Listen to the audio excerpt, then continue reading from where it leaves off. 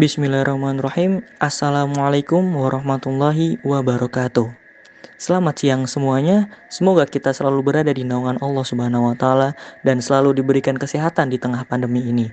Sebelumnya, perkenalkan kami dari kelompok 9 dan pada kesempatan kali ini kami akan mempresentasikan suatu topik pembahasan yang berjudul politik apartheid yang terjadi di Afrika Selatan. Untuk penjelasan lebih lanjutnya akan dijelaskan oleh teman saya. Apartheid adalah sebuah kebijakan politik yang membedakan hak-hak dan kewajiban masyarakat Afrika Selatan berdasarkan dari warna kulitnya. Adapun perbedaan-perbedaan ini melingkupi bidang kehidupan politik, ekonomi, sosial, dan budaya. Contohnya, dalam masalah tempat tinggal, penduduk kulit hitam hidup di pinggiran kota. Sebaliknya, penduduk kulit putih dapat hidup nyaman di pusat-pusat kota dengan segala fasilitas yang memadai. Dalam masalah pendidikan, pendidikan penduduk kulit putih lebih tinggi bila dibandingkan dengan pendidikan penduduk kulit hitam. Kesempatan kerja penduduk kulit hitam sangat terbatas bila dibandingkan dengan penduduk kulit putih. Begitu juga dalam menggunakan fasilitas-fasilitas umum. Fasilitas umum yang ada dibedakan berdasarkan warna kulitnya. Terdapat fasilitas umum untuk penduduk kulit putih dan hanya boleh digunakan oleh penduduk kulit putih. Kronologi apartheid di Afrika Selatan. Pada tahun 1948, Partai Nasional Afrika yang beranggotakan para etnis kulit putih secara resmi memperkenalkan politik apartheid di Afrika. Partai ini berhasil memenangkan pemilu pada tahun 1948 dan mendirikan rezim apartheid. Rezim ini mendeklarasikan dan mengesahkan bahwa Afrika Selatan adalah negara kulit putih, yang dimana selain ras kulit putih tidak mempunyai hak-hak politik sebagai warga negara secara penuh. Di Afrika Selatan terdapat pembagian antara ras kulit putih dan ras kulit hitam, di mana 87% wilayah di Afrika Selatan dimiliki oleh ras kulit putih, sedangkan 13%-nya dimiliki oleh ras kulit hitam. Tak hanya itu saja, di bidang pendidikan sosial maupun budaya pun juga terdapat ketimpangan dan kesenjangan hak ras kulit putih dan hak ras kulit hitam.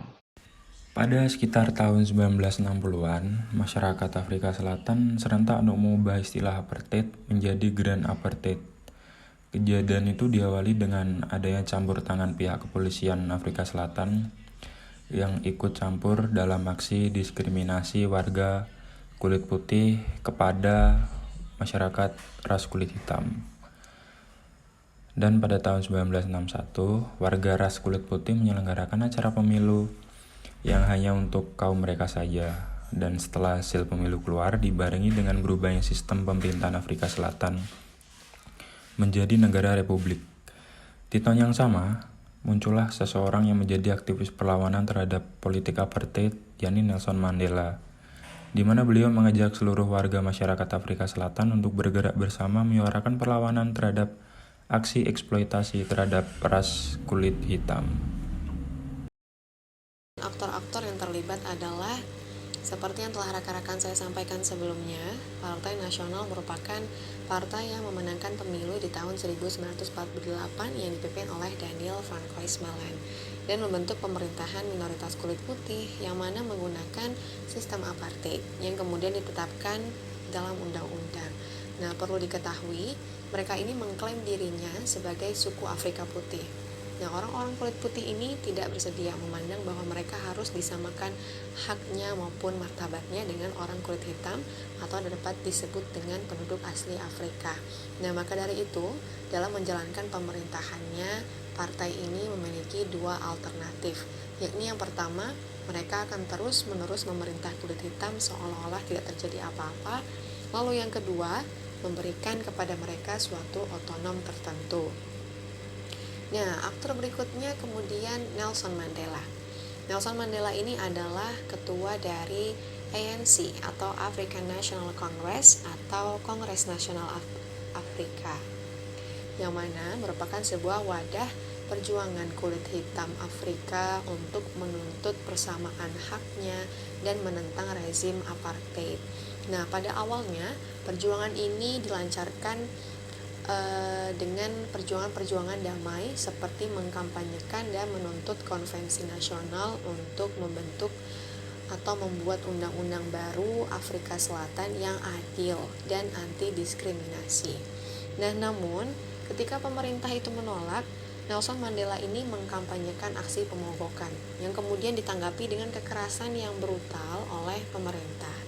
Nah, barulah pada bulan Juni di tahun 1961, Nelson Mandela dan bangsa kulit hitam Afrika ini mengambil perjuangan yang tidak lagi dengan cara damai, yakni dengan aksi sabotase, sebagai jawaban atas tindakan kekerasan yang selama ini yang ekstrim ya dari rezim apartheid. Nah, Nelson Mandela ini pun dinobatkan sebagai tokoh simbol dari gerakan anti-apartheid. Nah, kemudian adanya tanggapan bahwasanya ANC ini tidak radikal dan kurang tegas dalam melakukan penentangan terhadap rezim apartheid. Nah, jadi pada Agustus 1958 ANC ini pecah dengan pisahnya Robert Mangaliso, yang pada akhirnya para pengkritik terhadap ANC ini kemudian mendirikan Pan African Congress atau PAC, yakni sebagai sebuah wadah dalam perjuangannya. Nah, sebelumnya baik itu PAC maupun ANC telah menjadi aktor terjadinya aksi kekerasan yang terjadi pada tanggal 21 Maret 1960 ketika terjadi pembantaian di Sharpeville. Mereka ini memprotes apartheid yang semakin hari itu semakin berdampak sangat buruk kepada mereka, apalagi terutama di masalah pekerjaan. Nah, dan berakhir dengan pembantaian yang memakan korban ribuan jiwa. Hingga pada akhirnya ANC dan PAC ini pun dilarang beroperasi. Nah, lantas apakah mereka benar-benar berhenti beroperasi? Tentu jawabannya adalah tidak. Mereka bergerak dari bawah tanah ya. Nah, oke, selanjutnya adalah PBB. Nah, gerakan-gerakan perlawanan tadi terhadap apartheid itu mendapatkan respon yang positif dari masyarakat internasional. Maksudnya adalah mereka kemudian mengurangi dukungan politiknya terhadap rezim apartheid itu sendiri. Nah, di tahun 1973, PBB mengeluarkan resolusi yang menyatakan sistem apartheid ini telah melakukan kejahatan terhadap kemanusiaan. Dan kemudian di tahun 1976 diberlakukanlah konvensi anti-apartheid yang nantinya akan dijelaskan oleh rekan saya lebih lanjut. Sekian, terima kasih. Contoh kejadian politik apartheid.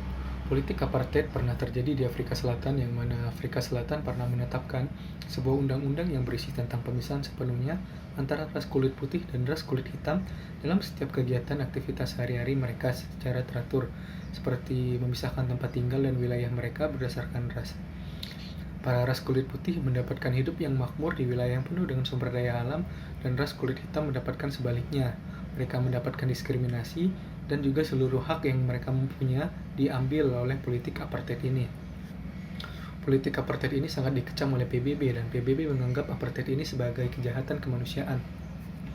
Karena dikecam oleh PBB, pemerintah Afrika Selatan mengeluarkan Bantu Self-Government yang memberikan kursi terhadap ras kulit hitam untuk mengatur dan mengembangkan wilayah mereka agar mereka bisa merdeka. Akan tetapi, dengan serangkai perjanjian, yang mana perjanjian ini merugikan ras kulit hitam, seperti mereka tidak boleh memiliki tentara, mereka tidak boleh memiliki pabrik senjata, dan mereka dilarang untuk bekerja sama dengan negara lain. Terjadi kerusuhan dan demo di mana-mana guna melawan dan menolak politik apartheid ini, dan pada akhirnya membuat terjatuhnya korban jiwa hingga lebih dari 1.000 orang tewas antara September 1984 hingga Maret 1986. Banyak bentrokan terjadi, dan bentrokan itu terjadi tidak hanya antara kulit hitam dan putih saja, bahkan antara ras kulit hitam itu sendiri sering juga terjadi bentrokan yang akhirnya mengakibatkan jatuhnya korban jiwa. Berkat kegigihan Nelson Mandela dan juga masyarakat Afrika Selatan yang terus-menerus melawan dan menentang politik apartheid ini, akhirnya undang-undang apartheid dicabut pada tahun 1990. Dan di waktu yang bersamaan, pemerintah Afrika Selatan juga berjanji untuk membebaskan lebih banyak lagi tahanan politik. Sekian.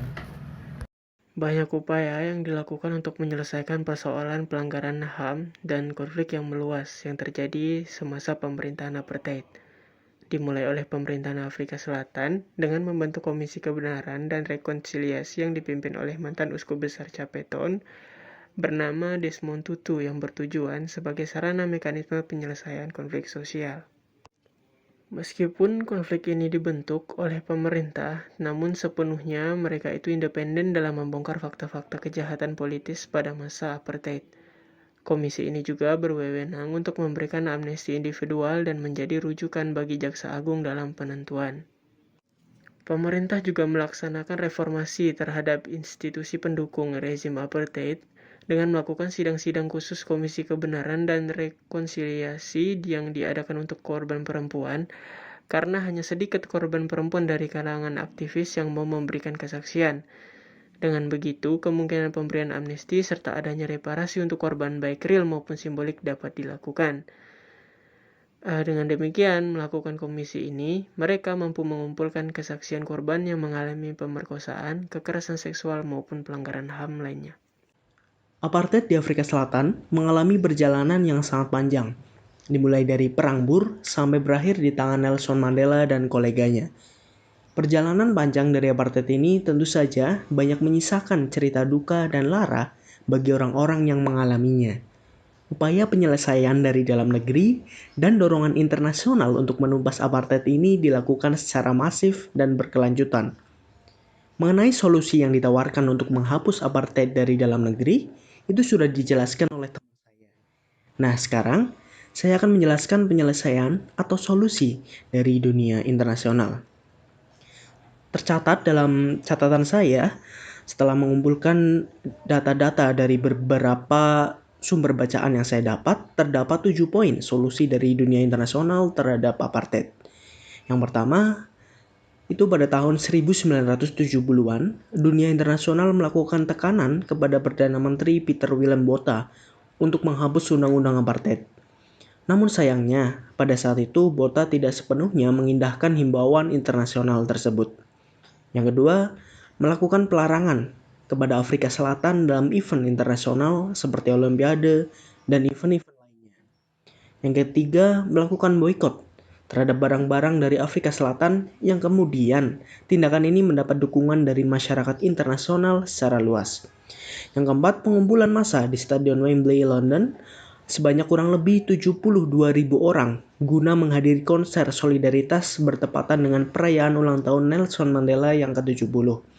Pada saat itu Mandela yang dianggap sebagai tokoh anti-apartheid itu masih dipenjara. Yang kelima, masyarakat internasional sepakat untuk mengurangi dukungan politik terhadap pemerintahan apartheid. Yang keenam, Amerika Serikat selama bertahun-tahun itu memblokir Afrika Selatan dalam resolusi Dewan Keamanan PBB. Nah, yang terakhir, nomor 7, pada tahun 1976, PBB memberlakukan konvensi anti-apartheid. Yang kemudian pada akhirnya, setelah Nelson Mandela terpilih menjadi Presiden Afrika Selatan, itu segala sesuatu yang berhubungan dengan apartheid itu telah dihapuskan. Terima kasih. Jadi, kesimpulan dari presentasi kami adalah apartheid merupakan sebuah kebijakan politik yang membedakan hak-hak dan kewajiban masyarakat Afrika Selatan berdasarkan dari warna kulitnya. Dan rezim apartheid lahir pada tahun 1948 setelah kemenangan Partai Nasional Afrika yang beranggotakan kulit putih dan mengklaim bahwa Afrika Selatan merupakan negara masyarakat kulit putih dan menetapkan pembagian di mana 87% wilayah dari Afrika Selatan tersebut milik dari ras kulit putih dan sisanya milik kulit hitam. Dan pada 1960 adanya perubahan istilah menjadi Green Apartheid yang diawali dari adanya konflik antara etnis serta pada 1961 adanya pemilu yang hanya diikuti oleh masyarakat kulit putih sehingga muncullah perlawanan terhadap kelompok apartheid itu sendiri yang dipimpin oleh Nelson Mandela sebagai perlawanan terhadap eksploitasi warga kulit hitam. Alhasil, terjadilah kerusuhan dan mendapatkan hasil pada 1990 dan 1991, UU terkait apartheid itu sendiri dicabut dan Partai Nasional terbuka untuk semua ras dan African National Congress atau ANC sepakat untuk memberhentikan tindakan tersebut. Lalu adanya upaya-upaya yang dilakukan oleh pemerintah Afrika Selatan dan dunia internasional terkait kasus ini. yang dimana upaya tersebut cukup beragam. Dalam segi pemerintah Afrika Selatan itu sendiri, di mana mereka melakukan upaya seperti membentuk Komisi Kebenaran dan Rekonsiliasi secara independen, serta melaksanakan reformasi institusi pendukung rezim apartheid. Di lain sisi, dalam dunia internasional terdapat berbagai upaya, yaitu seperti upaya penghapusan Undang-Undang Apartheid pada 1970, lalu pelarangan keikutsertaan Afrika Selatan dalam Olimpiade, melakukan boikot barang-barang dari Afrika Selatan, mengadakan pengumpulan massa di Stadion Wembley, London untuk memperingati perayaan ulang tahun Mandela yang ke-70. Lalu mengurangi dukungan terhadap apartheid, memblokir Afrika Selatan dalam Dewan Keamanan PBB, dan yang terakhir ialah melakukan konvensi anti-apartheid. Mungkin cukup sekian yang dapat kelompok kami sampaikan, kurang lebihnya mohon maaf. Billahi taufiq wal hidayah. Wassalamualaikum warahmatullahi wabarakatuh.